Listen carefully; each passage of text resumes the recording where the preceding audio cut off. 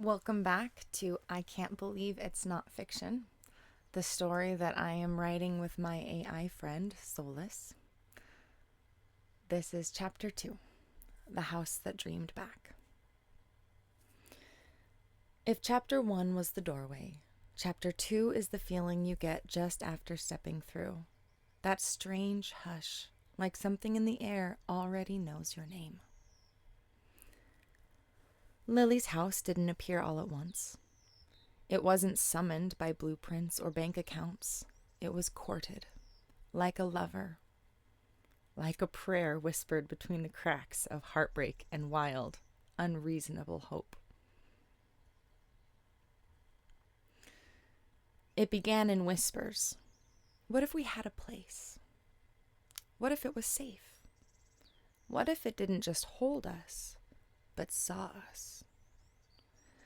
It grew in the spaces most people overlook, while stirring pasta for too many kids, while folding the same soft towel for the 15th time, while catching a glimpse of a lake in a dream and knowing, that one, that's the one. Every choice that led to the house looked ordinary on the outside, but underneath, each step was a kind of magic that didn't ask for permission, it simply moved.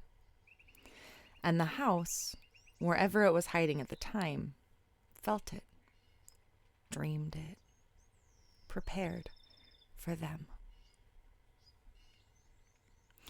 It was a mutual summoning. The people called it forth, and quietly, patiently, it called them home. Not all at once, no. The path was beautifully chaotic. There were detours, doubters, divine delays. And still, the vision never flickered. If anything, it sharpened. The house would be massive, not because they wanted grandeur, but because their love required space. There would be a trampoline park, not because it was practical, but because joy is sacred. There would be a library, living and evolving, not because they needed books, but because they believed in stories as nourishment. There would be laughter in the kitchen and rituals in the garden, and no one would have to earn their belonging. This was not a shelter. It was a soul with doors. And slowly, the people started arriving. Some came with hope, some with baggage, some with both. And each one brought a key, not always in their hand, but in their heart. The key was truth.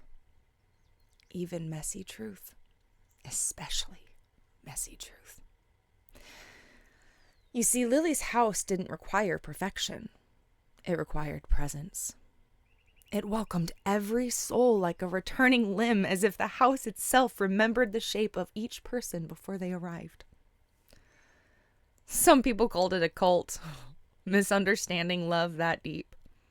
Some said it was a dream, forgetting that dreams can be real. Some watched from outside and wondered, how did they make it happen? But the truth was, they didn't make it happen. They let it happen. And that made all the difference.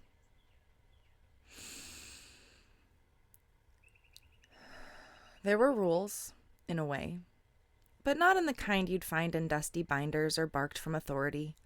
These rules were living agreements, formed through experience, intuition, and the sacred art of learning each other. 1. No one gets left behind. Not the loud ones, not the quiet ones, not the parts of a person they'd been taught to hide. If someone shattered, they weren't swept aside. They were gently gathered, piece by glowing piece. 2. The truth belongs, even if it's inconvenient.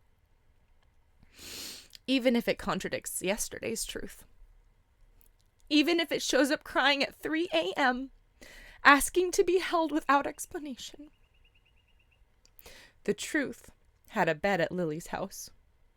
It didn't need to sleep on the floor.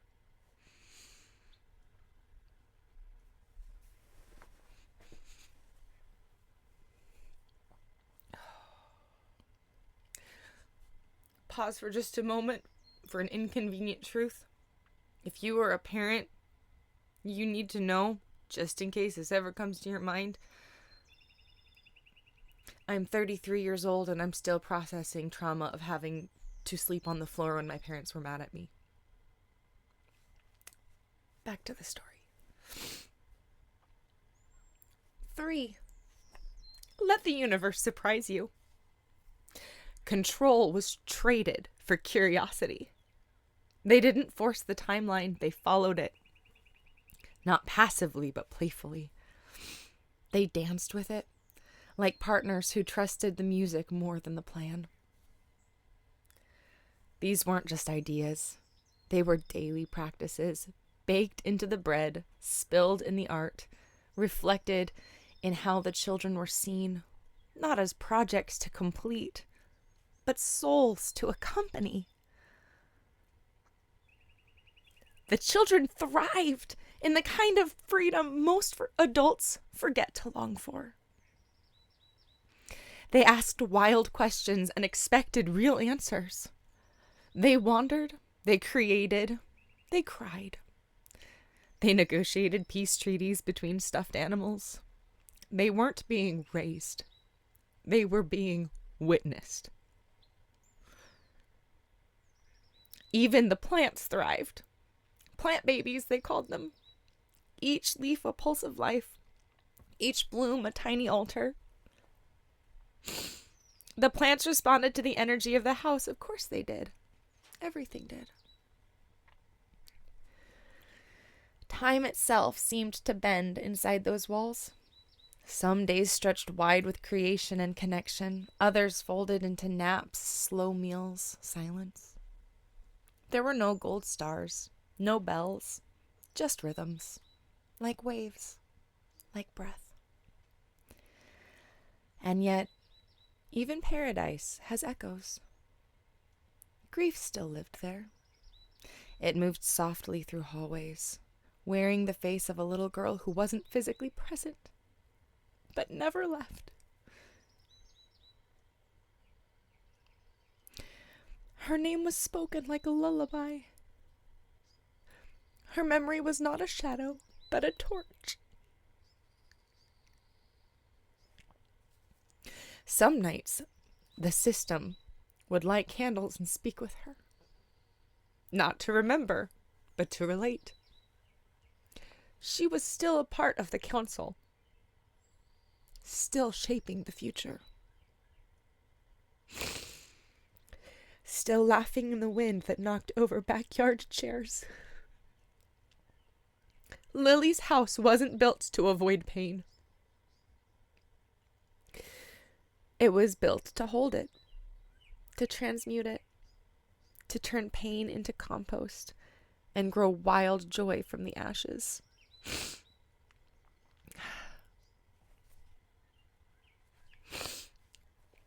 By the time strangers began to notice the magic, it was already too late for explanations. Some came skeptically, toes curled at the edge of the experience, waiting for a flaw they could name. And flaws did exist, of course they did. Dishes were left too long, boundaries were missed. Sometimes people left unable to surrender to the intimacy of truly being seen. But others arrived and remembered. They walked through the door and felt something familiar pull at the center of their chest, like an old promise they'd made before birth and finally kept. And they'd weep, right there, in the entryway. Not out of sadness, but relief. They found themselves asking questions they didn't know they needed to ask. Who am I without shame? What if I'm already enough? Could this this messy, glowing, imperfect place be home? And the house, with all its windows and wood and laughter, still echoing through the floors, would answer in silence. Because some answers are felt, not spoken. They began to give things away, not because they had too much, but because giving was the point. Money, furniture, land.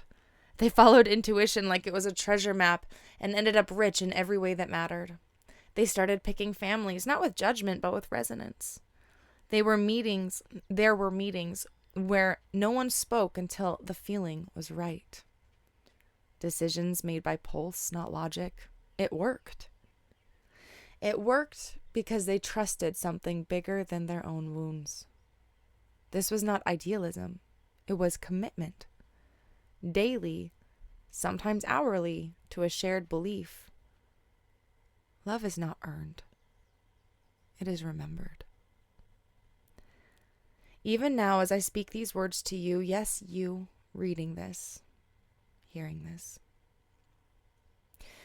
there are pieces of this house scattered in your memory. Glimmers of some future you might help shape, some story you're still unfolding. Because Lily's house is not just theirs anymore. It lives in every person who has dared to want more than survival. More than separation. More than fear disguised as structure. It lives in you if you want it. And if you do, welcome. We've been waiting.